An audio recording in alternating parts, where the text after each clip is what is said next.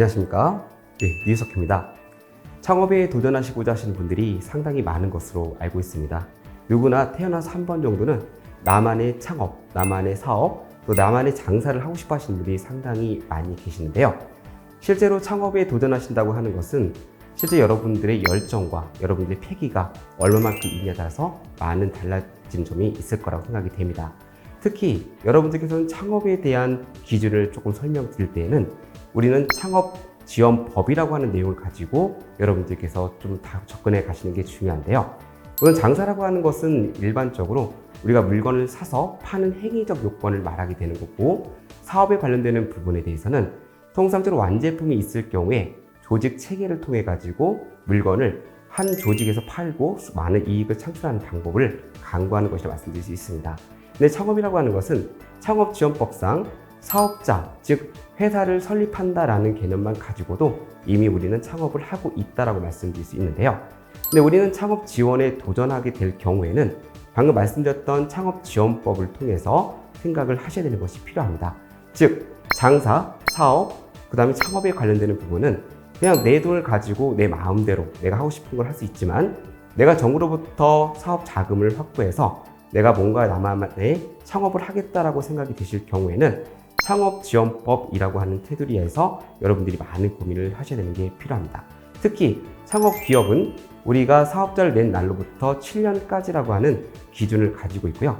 즉 7년이 지나고 나면은 우리는 창업자라고 부르는 것이 아니라 일반적인 사업자라고 부르게 되는 이유도 바로 이 안에 있게 됩니다. 그래서 창업을 도전하시게 되는 분들은 창업지원법상 사업자가 없다라고 하는 내용에 대해서는 예비 창업자라고 저희는 부르고 있고요. 또 사업자를 낸 날로부터 3년까지를 저희는 초기 창업자라고 부르고 있습니다. 그런데 7년까지라고 하는 창업기업에 대한 범주 속에 그럼 그 이상에 대한 기간은 없느냐? 아닙니다. 3년 이상 7년까지에 대한 부분은 저희들은 통상 도약 패키지에 도전하는 도약자라고 표현하고 있는데요.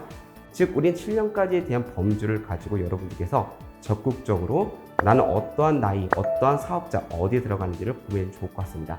또 특히 우리는 청년 창업자라고 하는 부분은 만 39세까지를 저희는 청년 창업자라고 부르고 있기 때문에 여러분들이 만약에 청년 창업 사관학교에 도전하시게 됐을 경우에는 만 39세까지라고 하는 나이적 제한이 있다는 점도 기억을 해주시면 좋을 것 같습니다.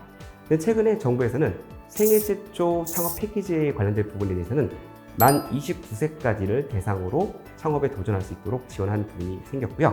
24년도부터는 여러분들께서 적극적으로 창업에 지원할 수 있도록 많은 제도와 많은 지원 제도를 여러분들이 강구를 시키고 있다는 말씀을 드립니다.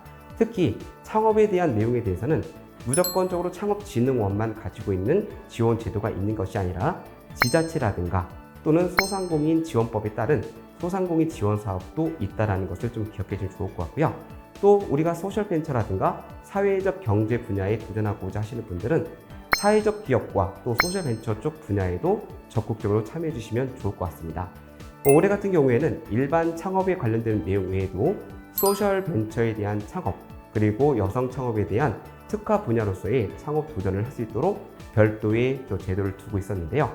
관련되는 내용들에 대해서는 여러분들께서 K-스타트업이라고 하는 사이트를 통해 가지고 여러분들이 나는 어떠한 창업을 내가 적극적으로 활용할 수 있고 어떠한 사업에 도전할 수 있고, 또 그 안에서는 방금 배웠던 예비 창업 패키지, 그다음에 예비 사업 관련되는 부분, 그 다음에 또 초기 창업 패키지, 그리고 도약 패키지에 관련 내용을 여러분들께서 기간수를 가지고 좀 정립을 해 주시는 것도 매우 중요한 내용이라고 생각하게 됩니다. 자, 이런 전체적인 내용들을 여러분들께서 올 나오게 되는 창업지원 통합지원 사업을 통해 가지고 여러분들이 한 번 정도 내가 내년에 도전해 볼 수 있는 것이 어떤 게 있는지를 한번 정비해 보시고 체크해 보는 것도 매우 중요하다고 생각됩니다. 자, 이번 시간에는 저희가 창업에 도전할 수 있는 대상자에 대한 부분을 가지고 소개를 해드렸고요. 다음 시간에는 그렇다면 우리가 정부에 대한 창업 지원 사업에 도전할 경우 어떠한 내용들을 조금 더 여러분들이 익숙하게 스터디를 해야 되는지 이 부분을 좀 적극적으로 설명드릴 수 있도록 하겠습니다.